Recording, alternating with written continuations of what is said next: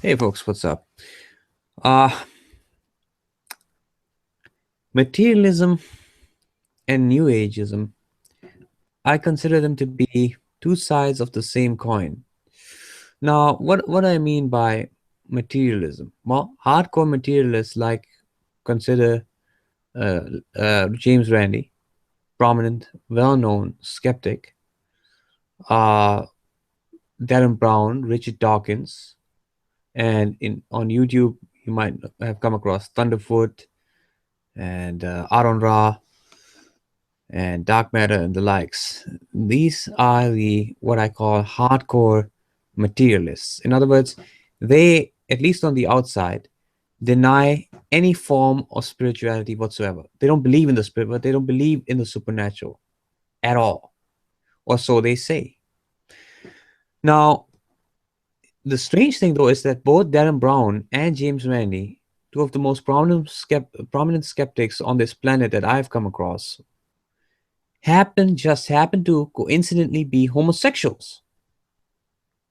Now that's something, isn't it? Both of them just happen to be. Okay. And yet, Thunderfoot, who's on the same team in regards to skepticism and being a materialist, will put down the second wave feminists who and the transgender movement who are now demanding a special pronoun be used for not just for transgender people.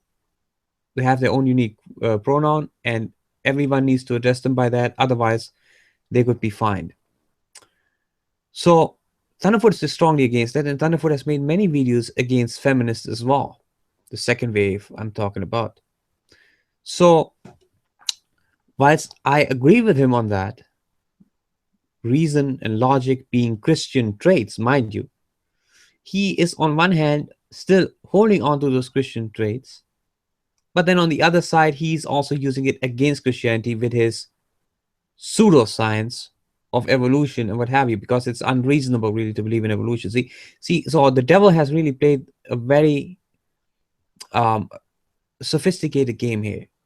So on the one hand, he's using Thunderfoot, but then of course I believe the main side that is the stronger arm of Satan is still those LGBTs, those feminists, and they all stand together.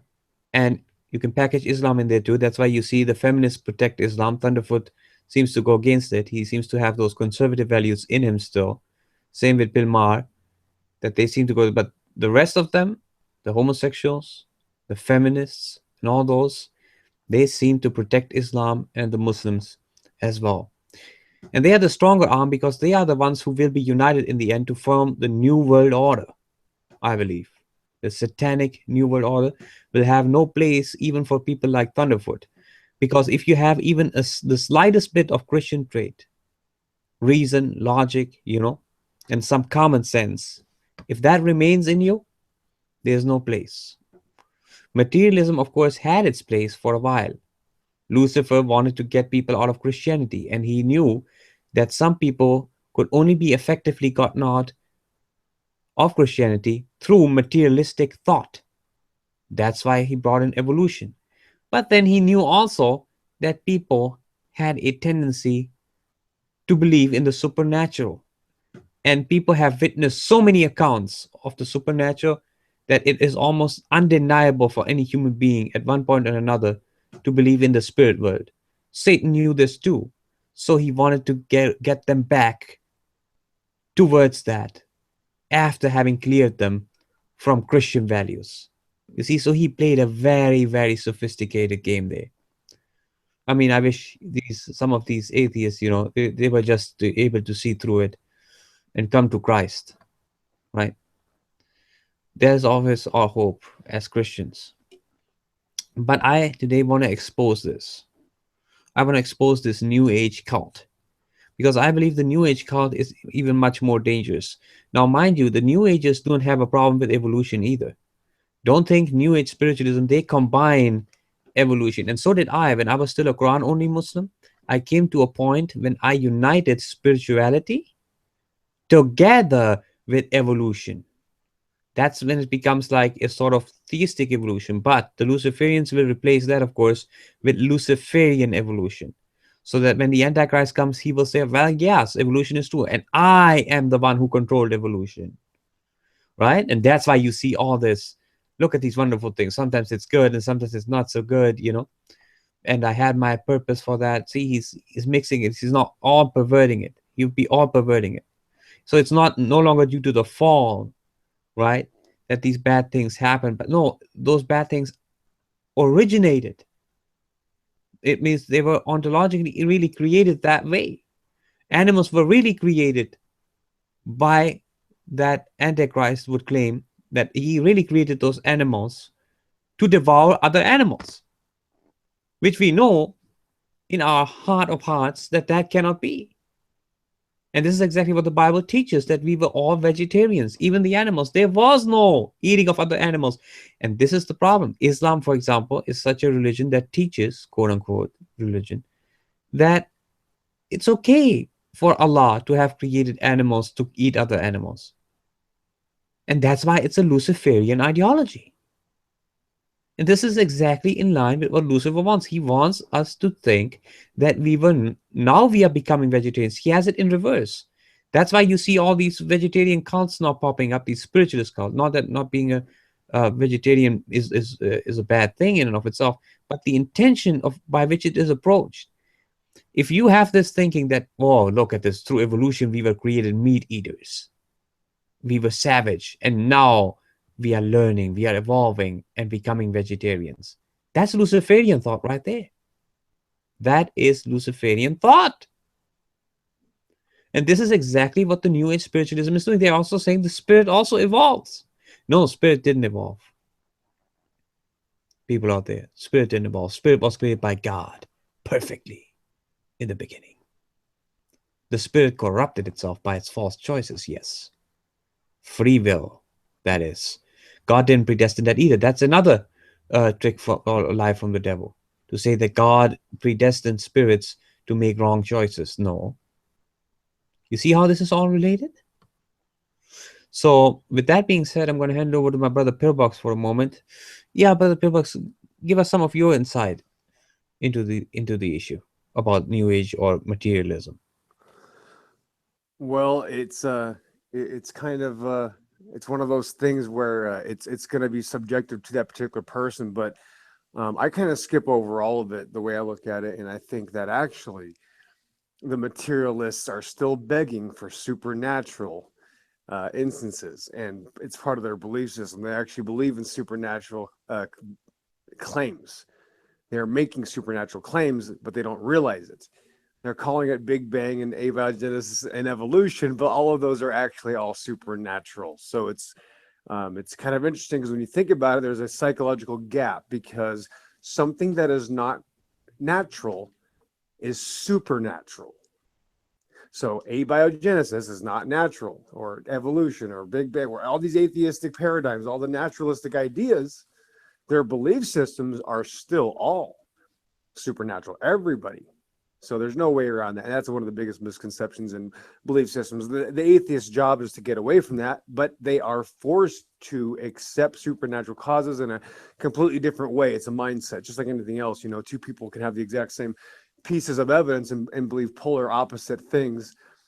So they're trying to get away from supernatural, and they actually become more supernatural. So it's a really interesting, ironic catch-22 or circular reasoning, or some sort of weird I guess byproduct of the way when people try to escape God, they actually end up being more supernatural. So you see the irony there.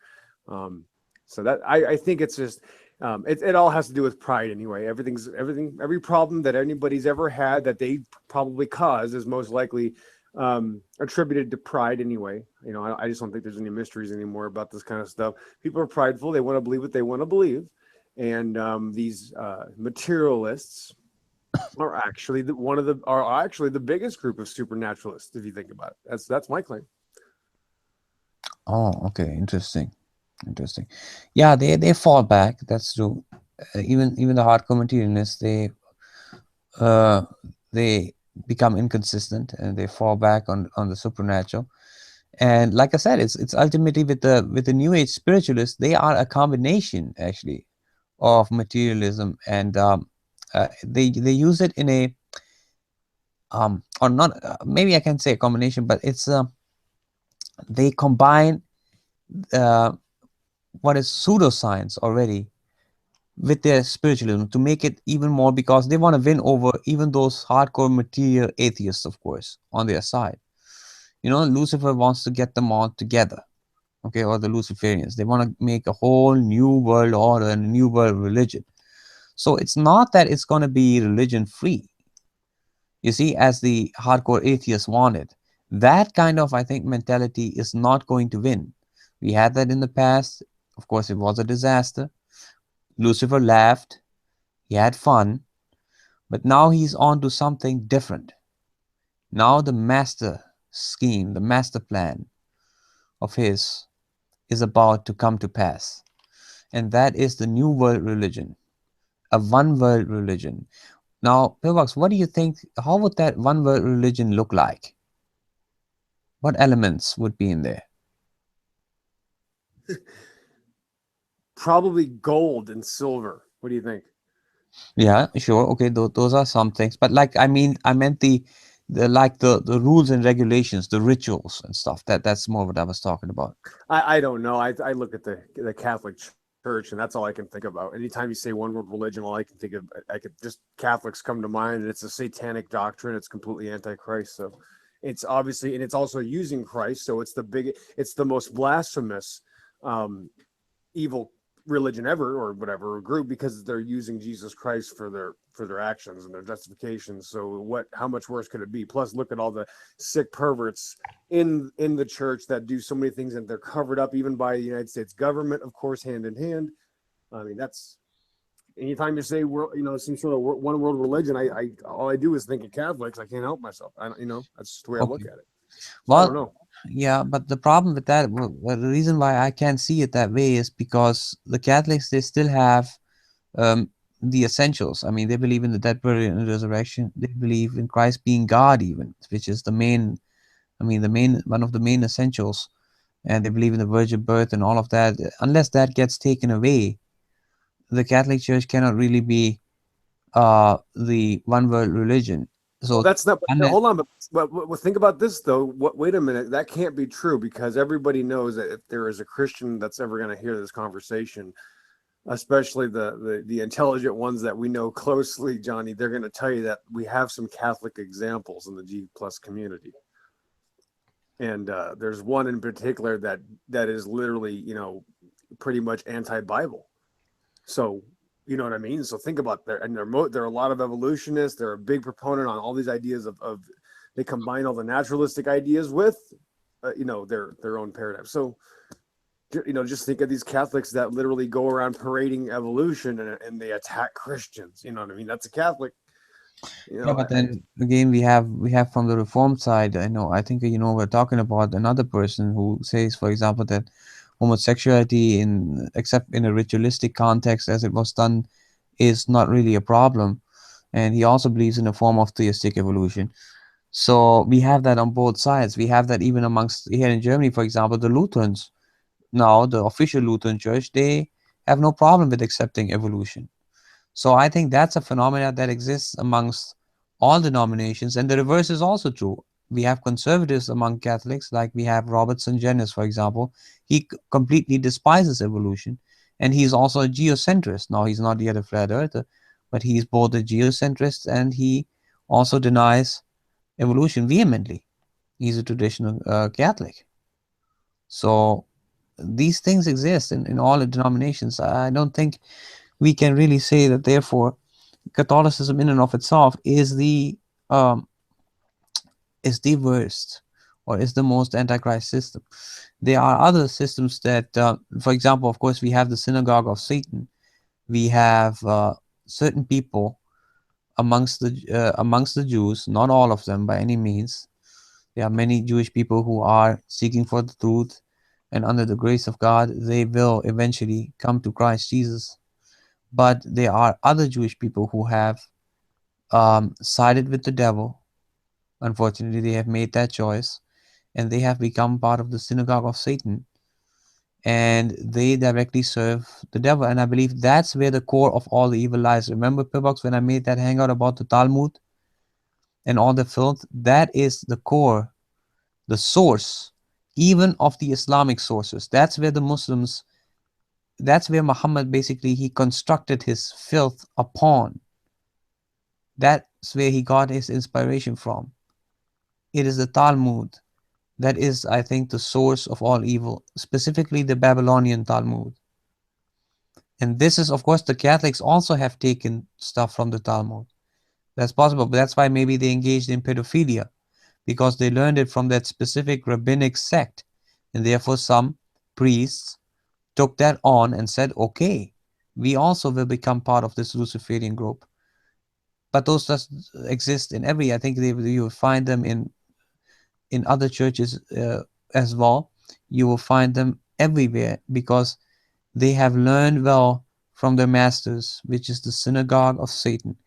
See, yesterday only I was talking with another brother of mine, and we had a long discussion on this issue about what is it called, the protocols of the elders of Zion. Now he said that that is a fake, plagiarized document, Pillbox. But what do you say about it? Before I say anything, I want to ask you, what do you know about the protocols of the elders of Zion? Is it fake? Is it legit? And I yeah. haven't looked at it. I got to be honest. I don't even know what that is. I do know that, the idea of Zionism, that's what we're talking about, right? I mean, that's it's across the board. You can be a Christian Zionist or a other Zionist as well. So I don't know. I haven't looked at that yet. Well, yeah, of course, a Christian Zionist would be somebody who would just be supporting the Jewish people as a whole to come back to Israel as a fulfillment of prophecy, which I myself, in that sense, I myself would consider myself a Zionist because that's my understanding of the Bible. Many Christians hold to the same position. I find nothing wrong with that. The problem comes when there are Zionists in Israel who pretend on one hand to be, favorable for the Bible prophecy and all of that, but in reality, they are waiting to promote homosexuality. They are willing to promote pedophilia. They are waiting to promote, all kinds of Luciferian elements and rituals. This is the problem. And this is where the evil comes in because they claim to be God's people. They pretend to be God's people, but they have sided with the devil in reality. And they existed even in the time of Christ. This is not a new phenomena. In the time of Jesus Christ, there were those people. Christ said, don't, although they say things that are part of the law, so the disciples were supposed to listen to them in that regard, but not to do what they do because they were perverted, they were rotten. They said on the outside, yeah, God says, do not steal, do not lie, do not do all these righteous things. That's fine. That's what the Bible teaches. However, they themselves lied, they stole, they did human sacrifices, they did all that filth. You see? So this is exactly, and this is, of course, Islam has mastered this. Islam has um, taken this to a whole new level. This is also the problem. That's why Muslims, they pretend to be holy on the outside, but the system is structured such that it always gives them an excuse. And they learned this from the Talmud, of course, because the Talmud gives them all the ammo, so to speak, that they need. And this is why I say that they work together hand in hand very well. And I say that it's not only the Zionists, it's not only those Jews who are Zionists from amongst them that are the synagogue of Satan, but it is also from amongst those who do not consider themselves to be Zionists. In fact, we were talking about yesterday also about Hitler could have been a Jew himself. And he also could have been part of the synagogue of Satan. So Hitler himself could have been a part of the synagogue of Satan, and together with other Jewish people who also belong to the synagogue of Satan, he wanted to get rid of the Jews worldwide so as to give Christianity a bad name. Because we all know that Hitler wasn't a Christian by any stretch of the imagination. but he was a pagan, rather. He wanted to bring Germany back to the pagan roots, it seemed. But it's very likely that the synagogue of Satan wanted to portray him as a Christian, and that's why we see in the world today, whenever you ask somebody, okay, what was Hitler? Oh, yeah, he was a Christian. Muslims accuse us all the time of, look, you're Hitler, look what he did to the Jews, and look how we Muslims protected the Jews. You see, so they make this excuse, and this is very satanic because, of course, it's not the truth. The only truth that is, yes, he came from a Christian background, but then again, in the West, who doesn't? The see the West had been shaped by Christianity, so obviously it's most likely you be coming from a Christian background. Well, But then you but why do you mention? Well, why do we mention Hitler though, Johnny? The atheists, most of them don't even mind that don't even mind Hitler. They don't even think he was that bad of a guy. They pretend they don't like him. Of course, everybody pretends they don't like Hitler, but atheists really don't mind at all. Actually, they've made it very clear that that doesn't matter based on who they trust in the government now. And for the last 60 years, they've trusted the very Nazi organization that was 100% German organized, and NASA. They don't mind. They love Hitler. So why we can't use that as a standard anyway? These people, these naturalists, these space cadets, these ones locked into the American lie, the ones that obviously are the most lost and the most destructive. They don't mind Hitler one bit. I mean, hell, they love a lot of these crazies in history anyway. And there's people worse than Hitler. People, I mean, people always use Hitler. I mean, we killed 3 million Vietnamese in 1966 for something that had nothing to do with us across the world. You see, and we made a false flag, and we had a ship attacked, in the mid '60s to go into Vietnam and kill over 3 million innocent people, whether they had a weapon or not. The United States murdered 3 million people. So, and we did that across the world to a nation that had nothing to do with us. Unlike this, there was a lot of conflicts in Europe. So, and there's a lot of really interesting research on World War II, and I've been researching it for 30 years, and I still don't even know half of it. There's so much to research. I don't have all the answers, but I can be honest and say we actually don't know as much as we think we know. So, but I think just taking this as far as I can anyway, to the point where the crux of the information here, which what you're saying, Johnny. I don't even think that they care morally about these things. We've had a lot of atheists come out and admit that there's many criminals in the system, and we know who we're talking about. That's okay, even if they're really sick criminals. As long as they're doing their job right, was like one of the statements from one of these people. I'm not going to name names.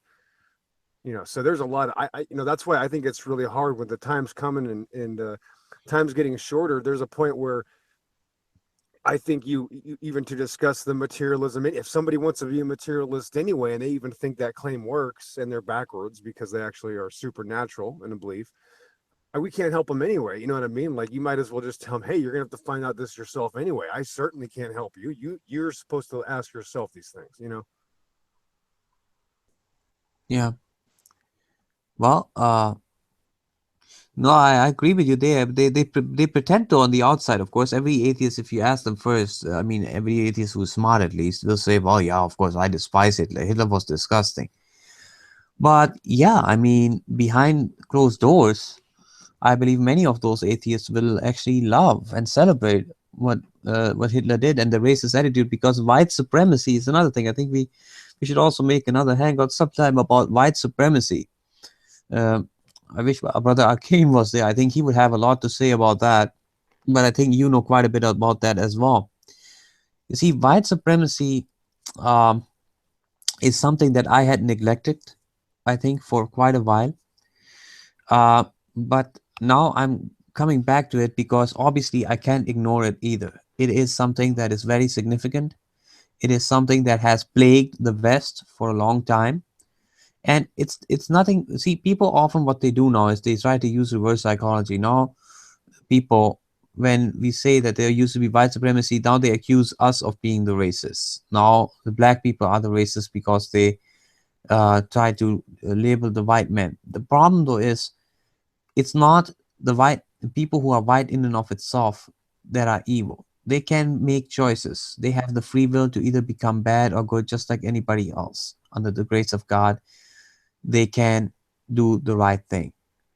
But the problem is that white people have in the past, or there have been people in the past, let me start this way, who came together because of their skin color. So they made the choice to say we are white and therefore better. That was their choice. They didn't have to make that choice, but they did. And this is the reality that we have to face and we have to address it because they started to become evil thereby. And then they started to, just like the Muslims, for example, they also claimed that Muhammad was white, and white is the supreme color.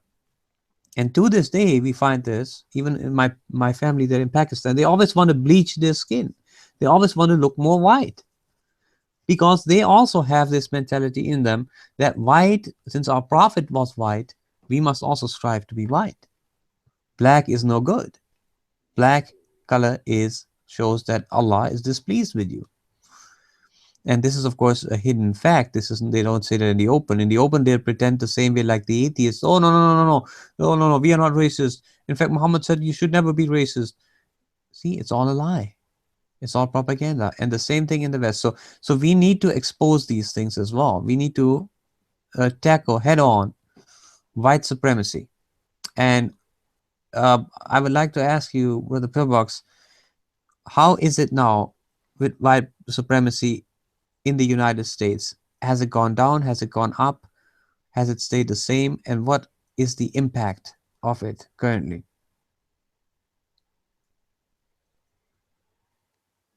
Well, that's I don't know. To be honest with you, I don't have that figured out, but um, there's some issues all over the place, I guess, and they're just everywhere. But I think it's a lot of I think most of them are distractions, except when they're like, as far as racial incidences, I'm more worried about the constant murder of like people in the street, for no reason by the police. I think that's the biggest indicator of some sort of gathering of group that is oppressing another. Like who's really doing the most damage? That's what's important. That's what matters. And there's only one group that's really oppressing people of actually more than one race, though. So they're multiracially hatred. They will kill anybody that's just not their uh, race of having a badge. You see, so if you don't have a badge, they're racist against you for not having. So there's a structure of Gestapo, right? That's actually a natural integrated part of the American system now that people accept, and it's one of the biggest problems, and it's why it's just this bigger power. Like literally, they're actually helping criminals, actually all the time, and they're killing people, innocent. So really, this is supposed to be the police. So of course, they kill a lot of black people. So I understand why black people are upset too. Actually, and I would be too, absolutely. Is it true So that white people are, is it mostly white people in the police force killing black people? Is there a significant amount of black people being targeted by a significant amount of white policemen? well, I think that's happened for over 150 years. I think that's normal. And it's still happening today? Is it? Well, that's normal. I think that's always happened. I'm sure, just imagine how many stories we don't know about. You Mhm. know, So there is this white supremacy then in the police department. I think it's worse than that. I think if you're not part of the state, they're like Nazis. They're Mhm. Gestapo. They actually don't mind if you assimilate to them as long as you actually Mhm. protect them. So it doesn't matter what color you are, but they know it's easier to kill black people, and they have quotas to make, so they're forced to attack people. They're forced to interrogate. They are Gestapo. They are exactly what people complained about on all these horror stories of German police forces. That's exactly what we have in America. And you can ask all the people about how horrible those people were. And, some of it's got to be true. It can't all be lies. The Gestapo was a military police force, and we're already being treated like that. You Mhm. know what I mean? And they're killing their own people. I mean, the Gestapo supposedly is really racist. Well, the police force kill their own people apparently, because anybody who's not a piece of garbage that's in some sort of power in the government that thinks he's macho, and these people that just have these egos that have, for some reason, they just didn't have enough friends, or they were always wanted to be the Billy badass tough guy hero, or they never did that thing that they always wanted to do. So now that they spend their life beating down other people, and they have the authority to do it, and then they have a pact and some sort of satanic understanding of each other. They always cover up for each other, so it's always a scam anyway. It's natural for the system just to cover up for criminals.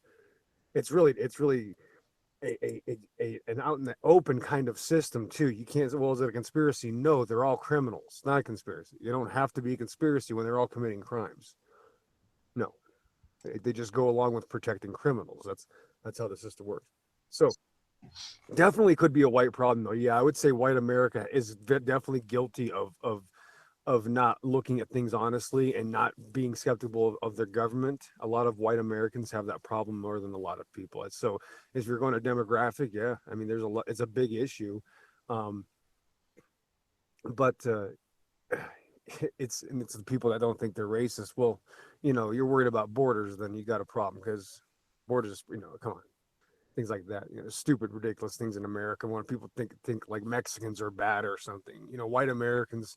This place used to be Mexico, and people some white Americans.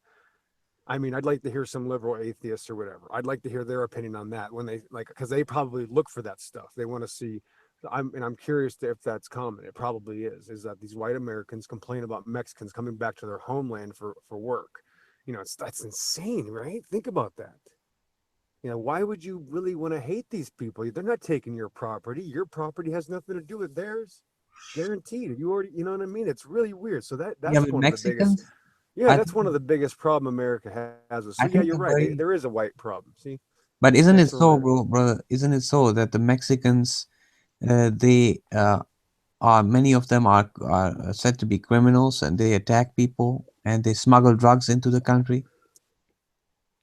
Eh, yeah, that's definitely not the majority of them. Just well, but I think uh, I think that's a ridiculous claim to say that they're, like we're going to set aside that. I don't know. I think they have some statistics that are a little skewed about the amount of, the percentages. I mean, there's a lot of people here though. There's literally, I would say there very well could be, 50 million here. And I don't think people know that 50 million Mexicans, will deal with it. They're probably doing jobs you won't do anyway. You know what I mean? They're probably really working. So the majority of them, the millions and millions of Mexicans Yeah, but are they are legally good people. registered in the United States or are they just, working in the black? There's millions of illegals that never hurt anybody and do anything to anybody, so it doesn't matter. It's a non-issue. It does not matter. There's millions of non-legals, so you call them illegals. That's fine. They're not doing anything to anybody. They're not hurting anybody. Yeah, but they're They hurting the economy though. I mean, look at it No, this the way. United States government has already destroyed the economy way before any Mexicans started hopping the fence. They've already destroyed it from the beginning. It has nothing to do with Mexicans. The white people ruling the government ruined the economy a long time ago. The bankers. Yeah, so they're not Mexicans, they're not black, they're white. They're not Hispanic, they're not Latin, they're white. So they ruined they ruined everything a long time ago. So Okay, before yeah, anybody could touch it, dude. So that doesn't matter. Yeah. well, okay, but then I guess, but the people who are on the good side who have nothing to do with this, I mean, then they should go after both. If that is the case, all problems need to be addressed. Now, I definitely agree that those people in power, the white supremacists, they would want that anyways. I mean, they would want the people to face more and more problems. So if Mexicans, then they would be the ones allowing the Mexicans to destroy the economy even more. If that is the case, then to me that would be making more sense. That those people in the government would then say, "Okay, come in, Mexicans, no problem." Like I'm pretty sure Hillary Clinton would do that. She would say, "Open the borders, let all the Mexicans come in, let them get paid as little as they can, so the economy gets destroyed, and hardworking people in America don't get paid anymore." No, it's all a hoax. The entire political system is just a complete stage hoax. It's just a literal all an acting job that people show up in suits and say things. It's just a complete joke. So um it's pretty much too late, I would say, as far as fixing any of this because they always fix it the way they shouldn't anyway anytime they try to do something. So it's I don't know what to tell you, man. The United States government, cannot point the finger at its problems. So it would just be psychotic to say that it's anybody else's fault, and especially start pointing at races, and that's never been a problem. So no way, bro. Yep. It's just truly that bad, and they've convinced and deceived so many that go along with it. That's what you have to realize. Then these people go along with the charade, and then they want to be like these haters that because they watched a bunch of Star Trek and Star Wars episodes. Then you got these real extremists that come on and start telling everybody else they're stupid and they know better. You know, it's just dangerous society because of the pride and you're so great. And when you're very young in America, they teach you to wave an American flag and you got to be patriotic. And we're so great. We're so awesome because we nuked the Japanese cities and defeated the Nazis. That's what the attitude's always been since then. That's it. Defeated. Brainwash an entire nation. Brainwash an entire white nation for sure. Yeah, that's what the Americans are proud of, but Mm. they're not proud of, they always want to befriend the Muslims. Oh, the Muslims are so good. They have to be respected. They have to be honored. They are a religion. That's also what's so ironic. I mean, everything they are happy. Oh, we destroyed the Japanese. Oh, we destroyed the Nazis. Oh, we did this. But when it I comes to know. the Yeah. Muslims, no, no, no, don't you dare, talk against the Muslims. They're just this little terrorists, but that's it. Those are extremists. We don't want to go against Islam, which is the main culprit, by the way. The terrorists are just victims of Islam. Well, yeah, Islam is they put those but they put those laws in place to make you really worry about them. And they're like, yeah, we're going to start protecting these. We're going to pretend there's a bunch of terrorist Muslims. Then we're going to make laws to protect them, and these people are going to get upset. It's all part of the charade, though. It's all part of the scam. Yeah, and Islam gets protected. The main culprit, the religion, the ideology gets protected. Now everybody doesn't dare speak a word against Islam. Now Islam critique is becoming very dangerous. In fact, the very government that is supposedly going after terrorists is banning anybody from speaking out against Islam. That's the irony of all ironies, you see? So obviously, it's within their plan. Otherwise, the government would be exposing Islam. But no, it can't because they love it. It serves the Luciferian purpose, you see?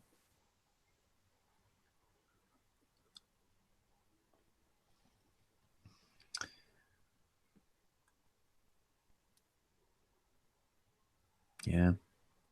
By the way, did Arcane, did he show up? Wait, who? Arcane, oh brother? Nope, haven't seen him. He's Mm, missing. yeah, it's not there. Where's Rose? Is she there by any chance?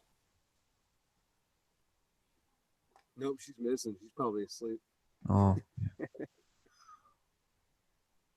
yeah.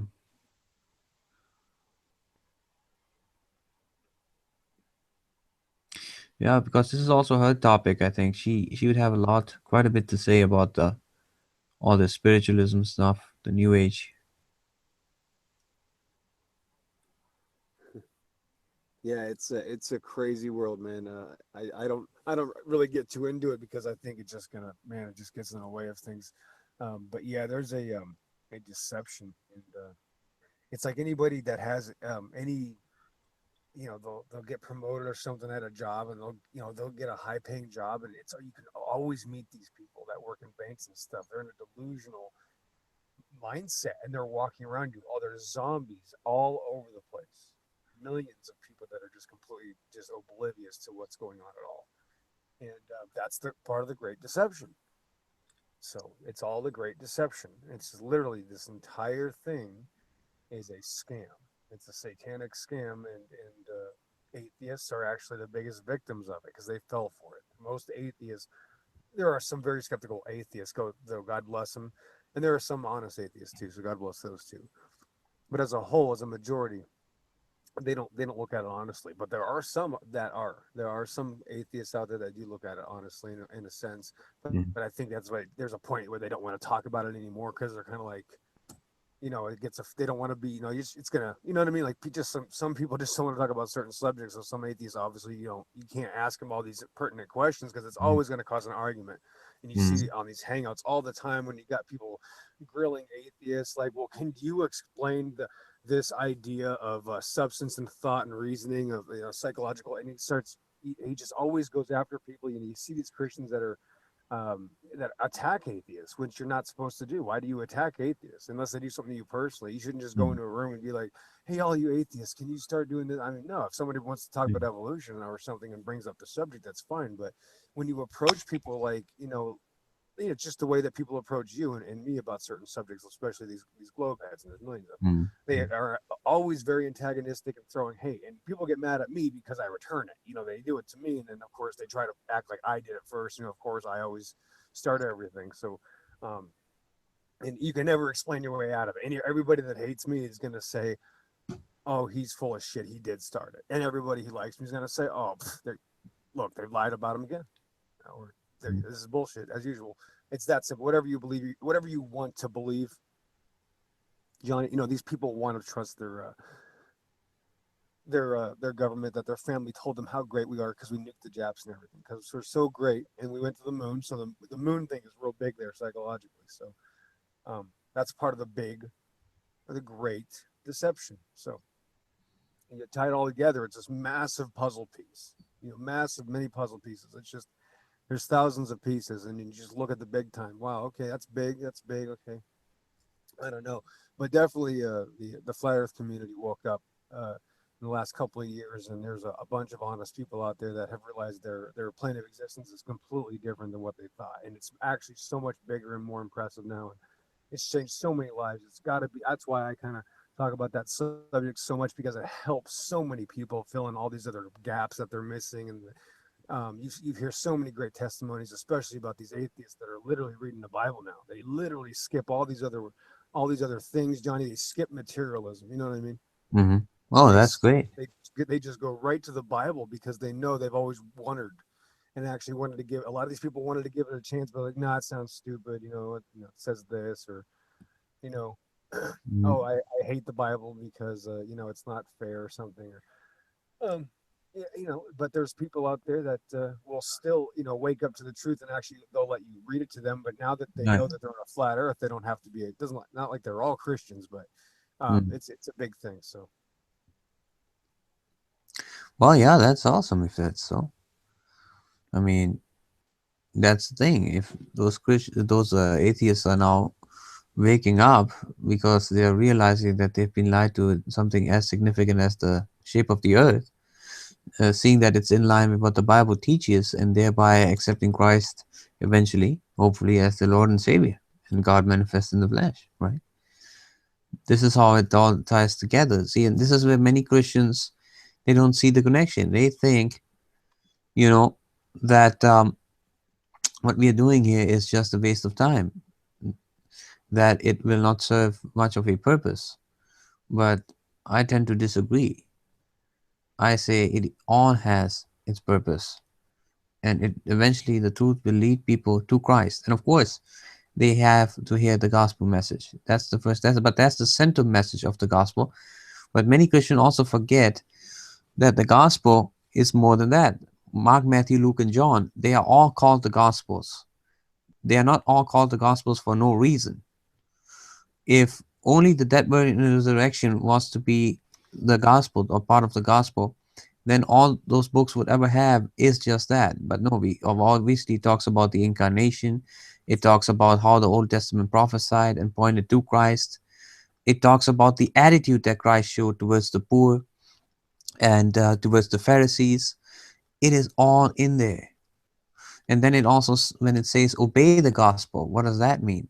Does that just mean believe in your mind that Christ died for your sins and rose again? No, it certainly is that. But it is also to obey what Christ told us to do, Christ's own commandments. Love your enemy, for example, praying for those who persecute you, uh, loving your neighbor as yourself. And of course, above all, love God with all your heart, mind, and soul, you see. So this is all connected, and you cannot isolate these. There's many Christians in the West, unfortunately, what they do is they have isolated this. You know, that's why many have gone so far. For them, it's only a mental assent. Therefore, they once look to Christ. They say, okay, our sins have been forgiven. I believe in the resurrection and the essentials, and that's it. Now I can sit back. Now I can enjoy the world, and everything is fine. Wrong. That's not how it works. Okay, that way you are in danger of being cut off and having it worse than if you never knew the truth to begin with. Because now you knew the truth, you had been forgiven, you had been cleansed of your sins, but you have once again become entangled in the world, in the filth, like the pig returning to its own, or the dog returning to its own vomit.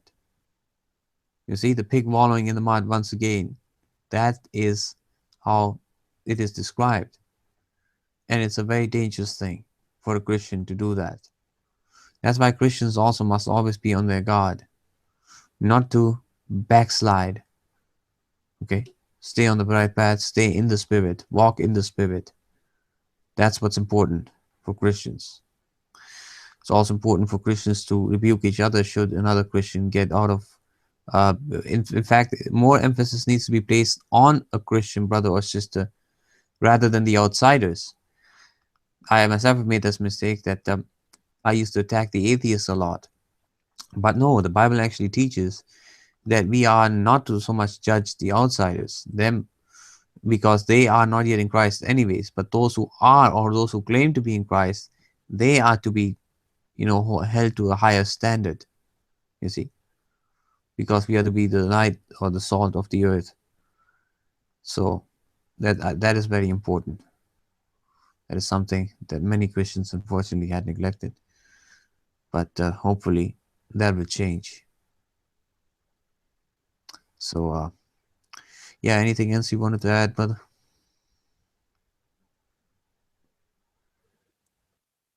Well, just basically, it's an interesting time to be alive, Johnny, that you get to talk about this. But there's a lot of people that are sucked into a completely different world, and they're not going to listen to any of it.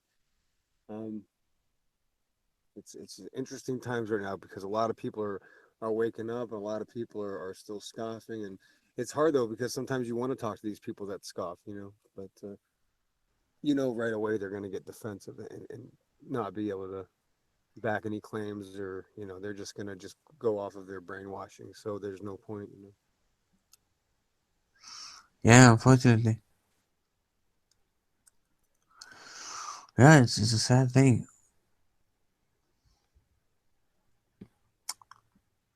Yeah, it's a seasonal change. Today I got a storm coming in, and it's you can tell the season's changing. It's starting to rain.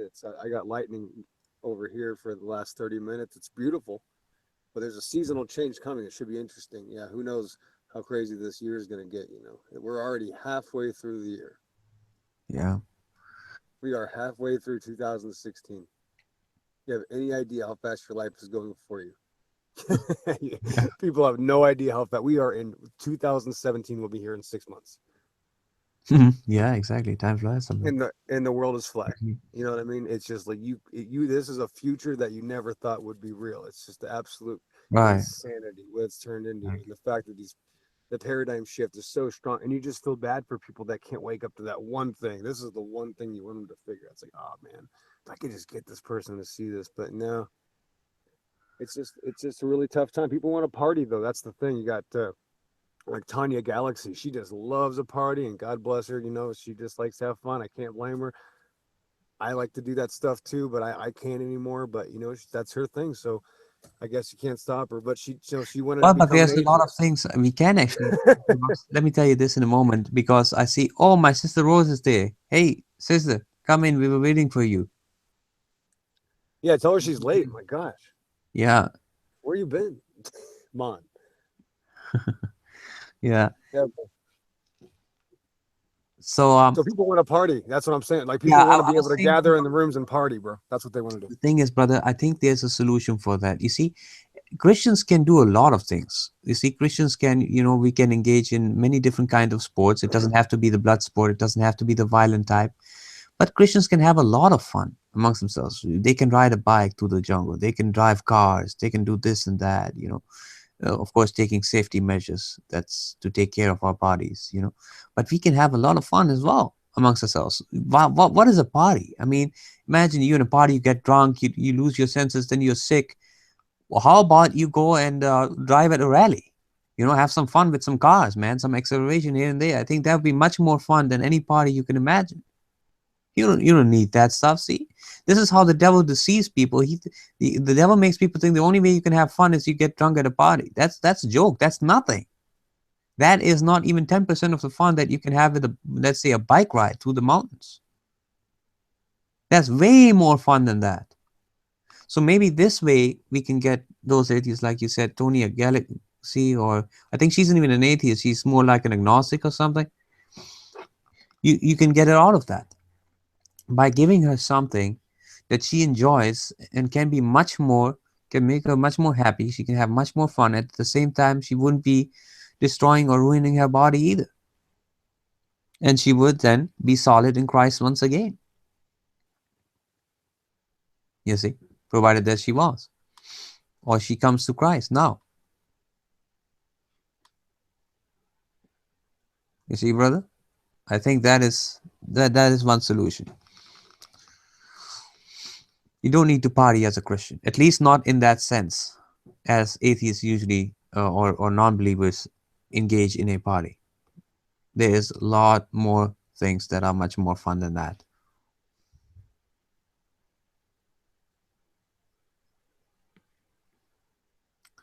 So yeah, There are definitely many ways to have fun, I guess. Yes, and it is what it is. You can't change anybody. That's what I've learned. I could, you know, I've definitely, messed up a lot more than I've done good, and it's hard to even compare it, as far as I'm concerned, Johnny. But um, even my family members that I was taking care of in the past, I couldn't change them when they were dying, basically. So I failed, for years at trying to help people wake up to reality, or and change, just to wake up to basic facts, like there's certain things you got to do in life, like you got to probably stay active in life, things like that, that everybody knows that they have to do to do well in life, period. So just that basic fact, if I can't convince somebody of that, then I can't change anybody. It's not up to me. It's up to themselves and God, and they're going to do whatever they want to do. You know what I mean? So you can't change them. I mean, every time someone's going to come into the room and start asking flat Earth questions, it's like, oh, this guy's lost. There's no hope for this guy. You can already tell he's too late. Like he thinks he has this figured out. You mm-hmm. know, these people constantly, the stupidity of and I'm talking about Christians, man, the stupid things that I see people say to Arcane Logos when Arcane is just trying to reach out to people and just be honest with them, like, dude, can you at least address this? I mean, we talked and you keep, you're scoffing, and and I do the same thing, but he handles himself a lot better than I do. When I do it, I always make mistakes. That's the way I handle myself. So that's why when I do it, I'm either going to do it or I'm not. But I'm not going to even talk about it. So, but Arcane's bringing this up because he's right, and I don't blame him one bit. But the guy answering is absolutely full of it. He's absolutely lying, and that's that really shows it right there. So even Christians are deceived. It's so bad. It's not just deceiving everybody into losing their. It's making Christians literally get in the way of literally helping other people, and then they expose themselves as being hateful, and then wanting to like treat us differently and call us names like Nutter, and things like that. When we've actually been honest about this, and we have all the science in the world to back it now, because it just exploded. So with everybody that's understands that. That's why they can't even talk about the shape of the earth, because they're dead. They're absolutely scared to death to talk about the shape of the earth. That's why they got to talk about the stars and the moon and the phases. My dad used to work on ships, so he knows the earth is a ball. So they can't talk about the shape or anything like that. They absolutely are deathly afraid. I watched, and I wanted to bring this up earlier. I almost forgot. Arcane Logos had a hangout about 4 months ago. It was called something like Man Up Monday or something. I forget. Yaman Monday, Man Up Monday. Or Arcane Logos had this hanging about 4 months ago, and I just shared it today.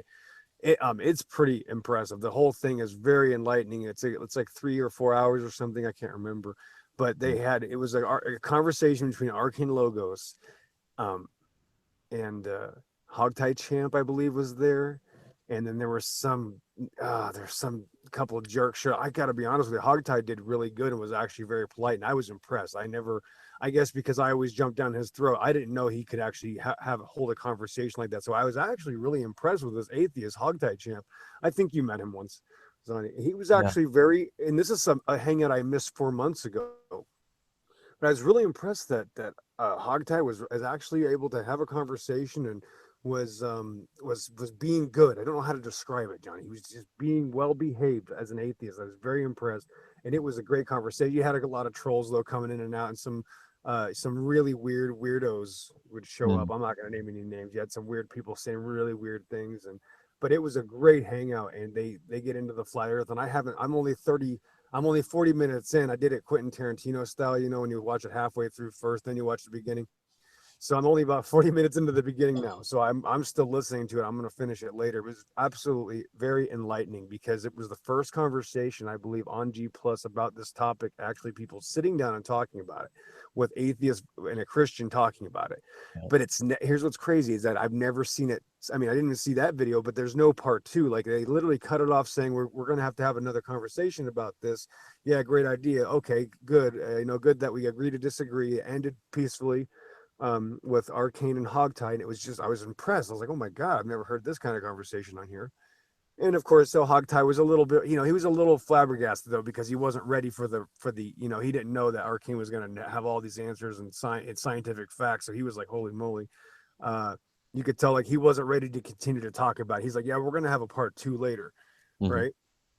And then or whatever I'm not, don't quote me, that's what I hope they do is have a part two. I'm hoping that they'd have a part two and actually start talking about this again because it was just very interesting to hear an atheist and a Christian, without the atheist being a psychopathic nut job. Like he actually really did a great job. He wasn't doing he didn't need a rabies shot or anything. It Hmm. was impressive. Yeah. Oh yeah. Yesterday, unfortunately, uh, I don't know whether you looked at the brother Evan, brother Nephilim Free had a hangout, and he did a great job. I mean, he showed on the various ridges and stuff to indicate a global worldwide flood. So he did great, but he used Google Map to show it, though. So he went to Google Maps and then he showed from different parts of what he said the globe, where he pointed out, okay, here you can see clearly, the marks of a global flood also. Was it is true though, they didn't change, it seems, of course, then on the even on the globe map, the features. So the features seem to be pretty accurate because those features exactly. So that might have confused some atheists now. So we're going to clear that up for those non-Christians or atheist agnostic, which have you. If you watch Nephilim Free's Hangout, don't think that when we are saying that the Earth isn't a ball, that we are necessarily saying that the features that you find on that ball, even on Google Earth Map, that they are all wrong. No, they can very well be correct. Like we can see a building, they show us a building and the building would really be there. So that's not the problem. But the curvature and all that stuff is added by CGI. And you can easily do that. You can take my home, right, from above, and then you can twist it and make all kinds of things out of it, right? It will still be the house. That will be correct, but it now have curvature, which it otherwise wouldn't. And it's sort of the same thing with him. So Nephilim Free, he has great amounts of truth. He's shown great amounts of truth there when it comes uh to the flood being global, but the global flood didn't happen on a ball Earth. Okay, it happened on a flat plane. Well, yeah, water doesn't bend. Water is absolutely flat, no matter how far it goes out. It absolutely is the best way to just test the fact that over long distances, the Earth obviously doesn't curve, since obviously anybody who believes in any sort of heliocentric model in any way, shape, or form knows they have to believe that water curves. Period. It doesn't matter. There's a lake. You got to look this up, Johnny. Go to Wikipedia, type in Lake Baikal, Hmm.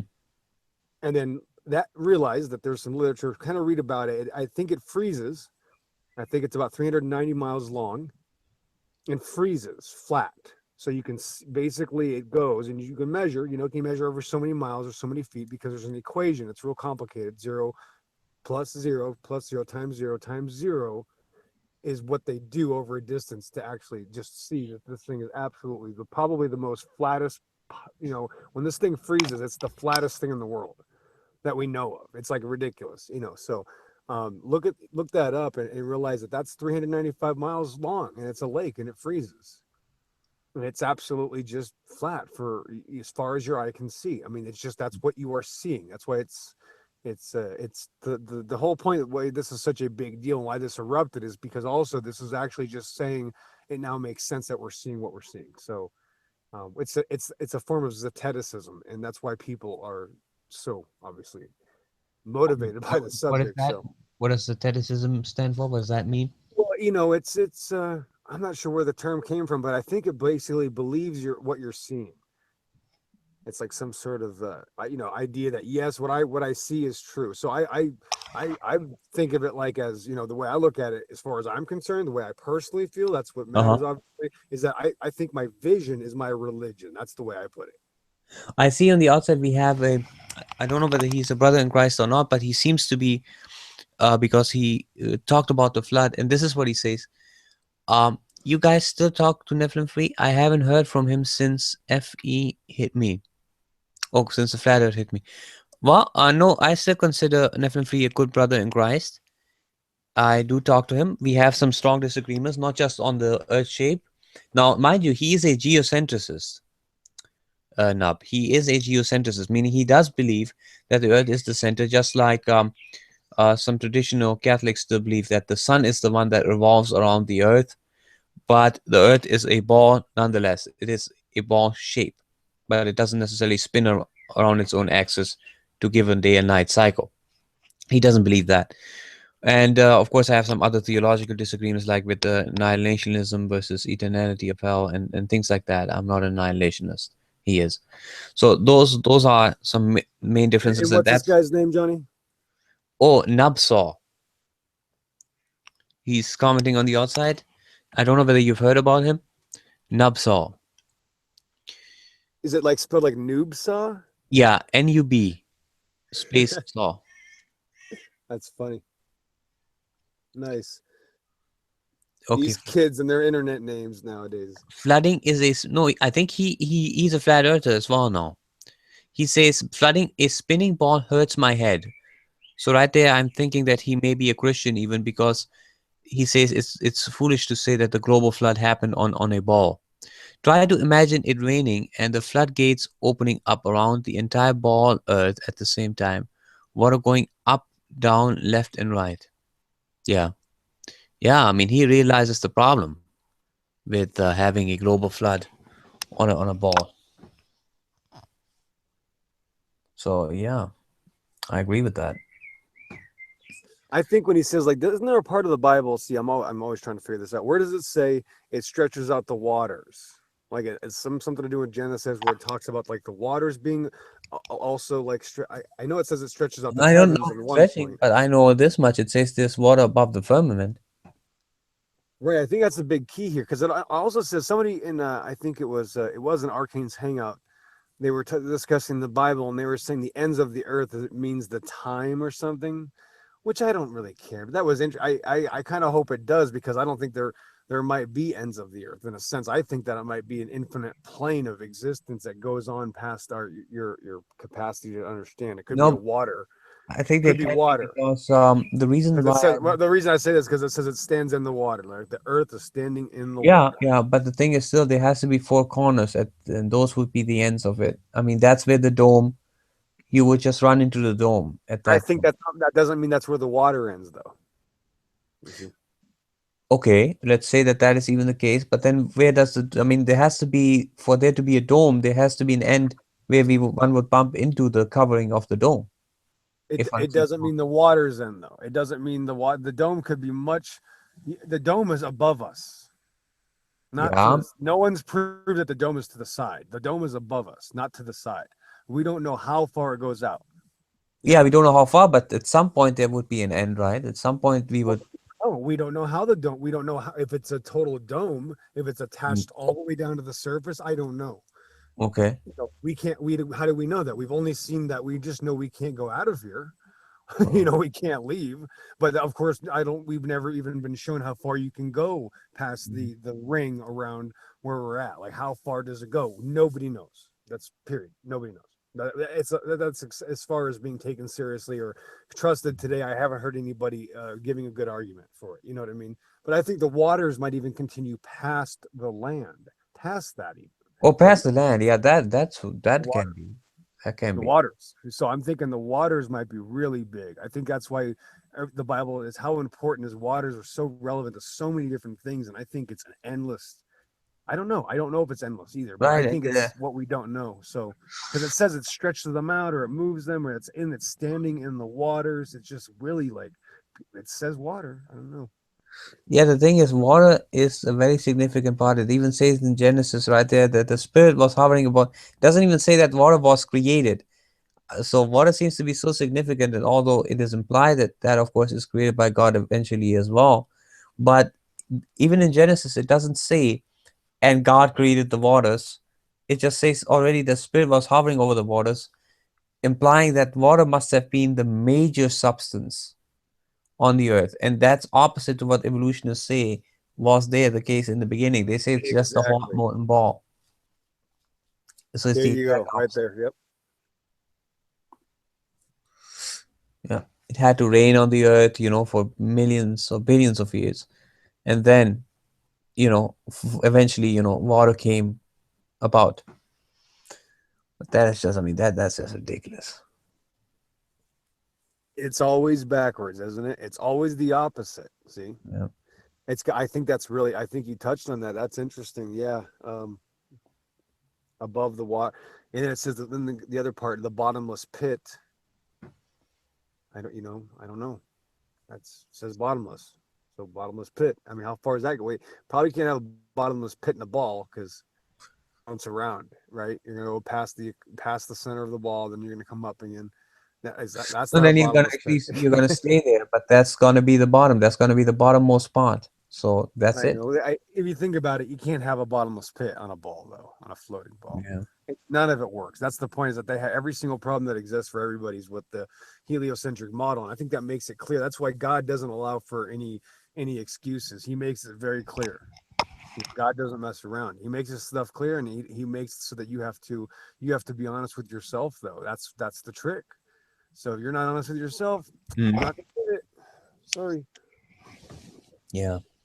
Yeah, you're gonna definitely run into all these problems. Like I said, the only verse that they could ever use, even to hint at at a globe, would be Isaiah 40, I think 22. It was where it talks about the coop of the earth, which the coop, of course, means sphere or sorry, circle first and foremost, a disc-like structure, disc-like shape, not a ball. But by extension, it can mean sphere. But then, if you take that meaning in that context, you then gonna end up contradicting all the other scriptures, and you have to harmonize scripture with scripture. It's the same with hell, for example. If you just read those passages, this is what Brother Nephilim Free does as well. So he's not only inconsistent when it comes to the earth being a ball, he's also inconsistent when it comes to hell, because he reads the Old Testament passages like you be destroyed, consumed, but then you don't read other parts that define what kind of consumption and what kind of destruction that really is. You leave out the other parts where it talks about it being eternal destruction, eternal consumption, eternal torment or punishment. So from that, we can clearly see that the destruction that's being talked about is not a temporal one. And this is how you reconcile it, not the way, unfortunately, my brother does it and says, well, no, you change the meaning of the word ionios to mean long, a very long age, and that's how you reconcile it with destroy it. No, that's not. That's doing it backwards. You see, and this is another problem.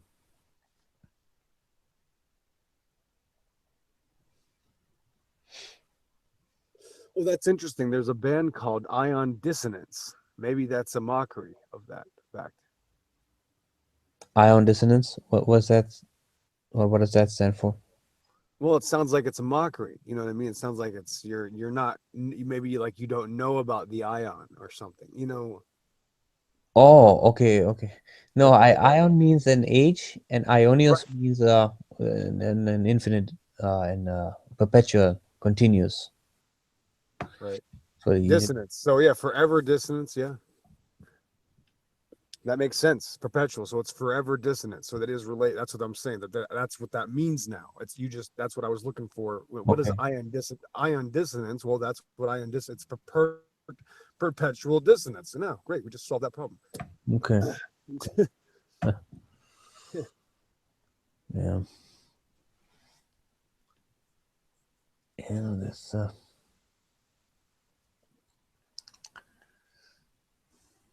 well. Hopefully he'll come around. I mean, it's just that that's the one issue. I think he'd become a flat earther before he'd give up on that, though. That's just my personal take on it, from what I've seen. He might have ion dissonance. Yeah, Okay, so that's a bad thing, bro. It's some. I mean, that's a really bad thing. yeah. Um, Or you got to Ionius. draw the line. Yeah, you got to draw the line. What did you say, brother? You got to draw the line. These people can't draw the Oh, line. Figure yeah. out their standard. They don't have a standard. So Mhm. Yeah. Well, he's the reason why I don't give up on him is because he's very good when it comes to exposing evolution. I mean, he's excellent. I have not seen anybody. A second would be true, brother, true empiricism. He's also very good, but when it comes to nephrology and evolution, he's like got all the technical stuff, on his fingertips. He knows his stuff when it comes to that, and he is meant. See, different brothers and sisters in Christ are meant for different to tackle different issues. So that would be his, that he can tackle best from what I've seen so far. And yeah. Oh, by the way, have you come across Brother Rand Campbell recently? I've seen him around, and he is definitely busy right now. I think. He is busy. Okay, Mhm. because I haven't seen him in my hangouts lately, and so I thought that he might be. Yeah, we miss Brother Rand big time. Yeah, man. Yeah. Yeah, he might have retired. I don't know. You Well, never I know. hope not. At least not from the hangouts. I mean, he could have retired from other things, but I would like to have that. Yeah.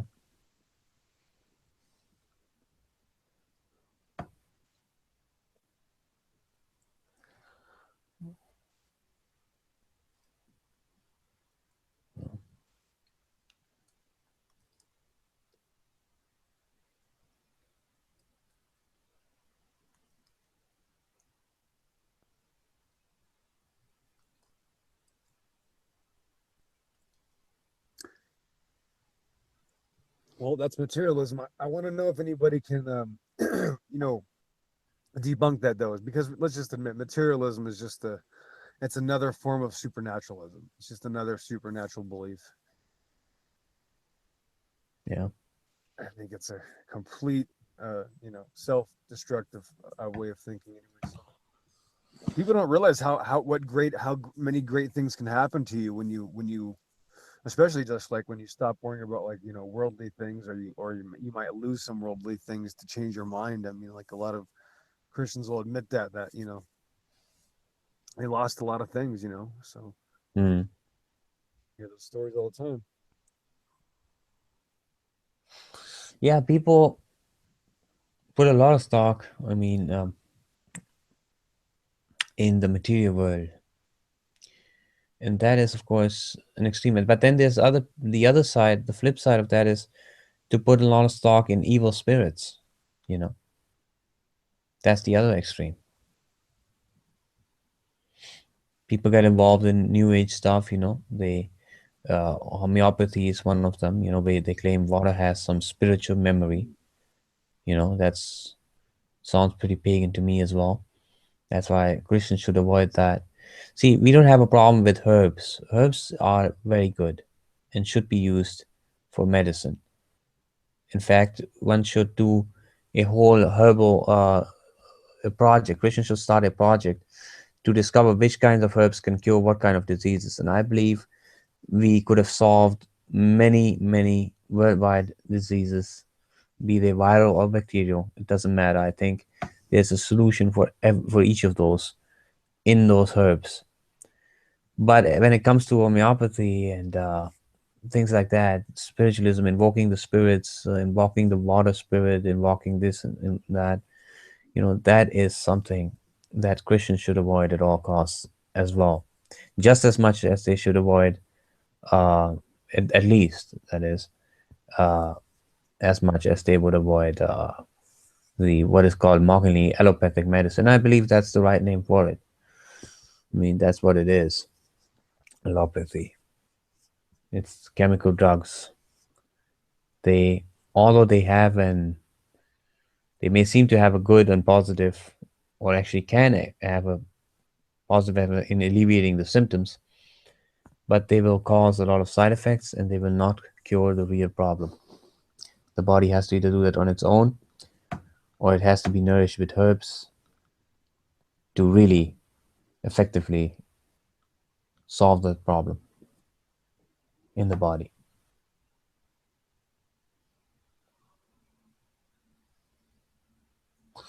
So that's the thing.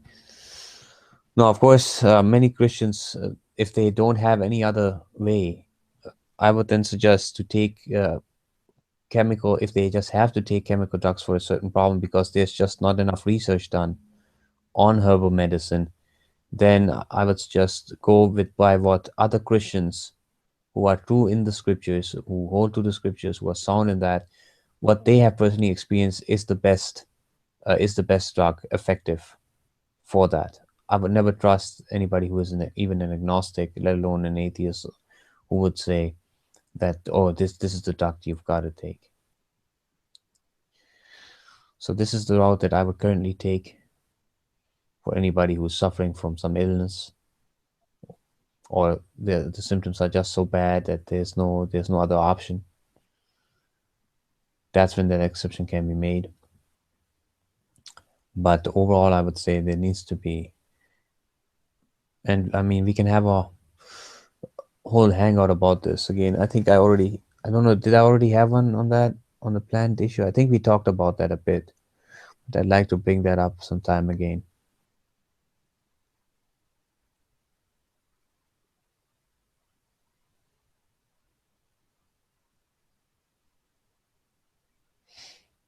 Anything you want to add to that, brother? Well, actually, the storm just hit, Johnny. It's Oh, the seasonal change has begun, man. Yeah, it's pretty good out here. It's nice and it's you get that really fresh feeling when it starts raining. It hasn't rained for a while. It's pretty good out here, so I'm just enjoying it. oh, okay, that's great. Yeah, maybe I heard something. Can you maybe unmute yourself so I can hear the storm or hear the wind and stuff? It's pretty loud here. Oh, yeah. One sec.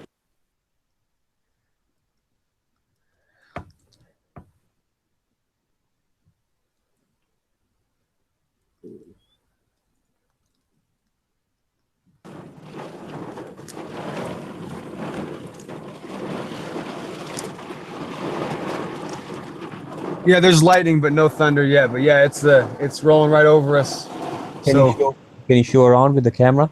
oh, I wish I could. No, the ever since the G Plus update, it doesn't even let me use my camera anymore. I don't. I'm not really sure why, but that's not gonna happen until I get that fixed. I don't know why G Plus does that. Yeah, it's stupid. But I really don't think you can see anything anyway. It's basically a giant cloud just came over, so you can't make anything out. There are flashes of lightning, but yeah, it's a nice one. Yeah, I won't have to water the lawn tomorrow. Get a day off. Are you on the outside right now? Yeah, I actually walked out to the truck right here. Yep, Okay. yep. Yeah, even when I'm not in the truck, I can't be inside anymore. I'm always looking at the stars or doing something. You know what I mean? at night. It's too pretty at night. You know, I got clear skies out here, so for the last 3 months, I've just been observing the stars pretty much every night, trying to figure them out, and you know, so Oh, working on figuring all these mysteries. what kind of animals do you have? Right now, we just have tortoises and water dragons Water dragons? and a goldfish. Yeah. Okay, what do they look like? Water dragons. They look like a green water dragon, and they basically that's it. I mean, they're a literal dragon. They got dragon horns, and they eat mice and other. They're meat eaters. They're not iguanas that eat vegetables. They're carnivorous, and maybe that's why they're considered a dragon. There's a many reasons, but they're just they're aquatic. They can swim like a fish. They don't get very big though. There are some out in Australia that get pretty big, but they're an aquatic dragon. They really are. They're a beautiful animal. I have some pictures on my G Plus, but yeah, definitely a gift from God. They're a gift from God. They were donated to me, and I didn't even know what they were, and then I just had to learn. Yeah, it was unbelievable. I had no idea. You know, you just things sometimes happen, and then all of a sudden you figure something out. It's Okay, pretty amazing. I see there's two types. There's the Australian one and there's the Chinese one. Exactly. Yeah, I got a Chinese one. Okay, let's see what that looks like.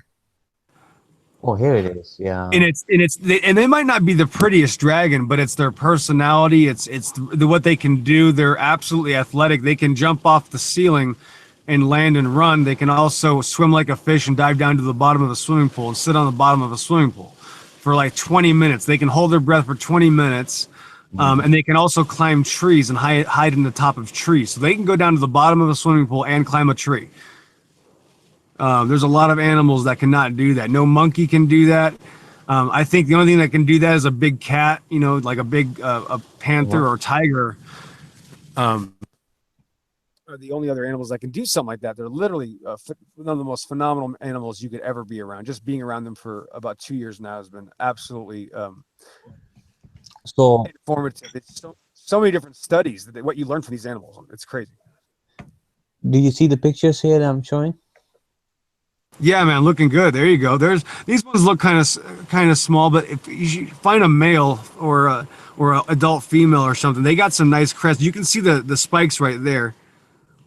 Yeah, there you go. There's a good one. Zoom in on that guy. You'll see he has got a beard right there on his chin, on the edge of his jaw. Zoom in on the edge of his jaw, and you'll see he's got these interesting markings.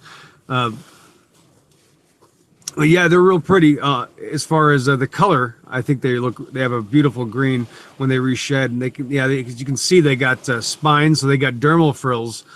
I mean, that's what a dragon looks like. If somebody asked you what is the best representation of a meat-eating dinosaur, that's pretty much the best bet you have. There's really not a close second. As far as I'm concerned, you know, it has all the features, and it can even climb trees, and it can dive to the bottom of a body of water. Mm-hmm. And they're meat-eating. They're pretty awesome. Oh, good.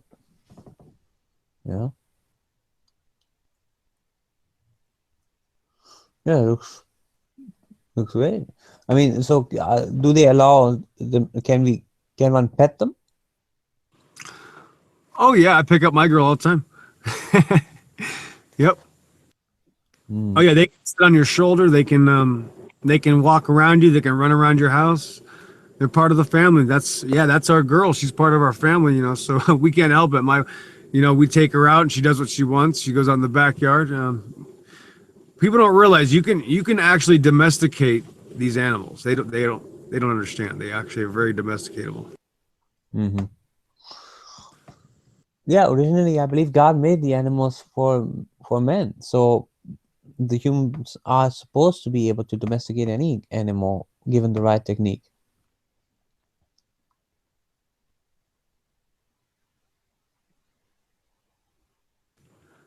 I mean, these things don't even look like they're aquatic, right? They look like they're just a lizard, but what they can actually do is something very different. So we do not understand the science about these animals unless we actually live around them. That's how you understand what these animals can do.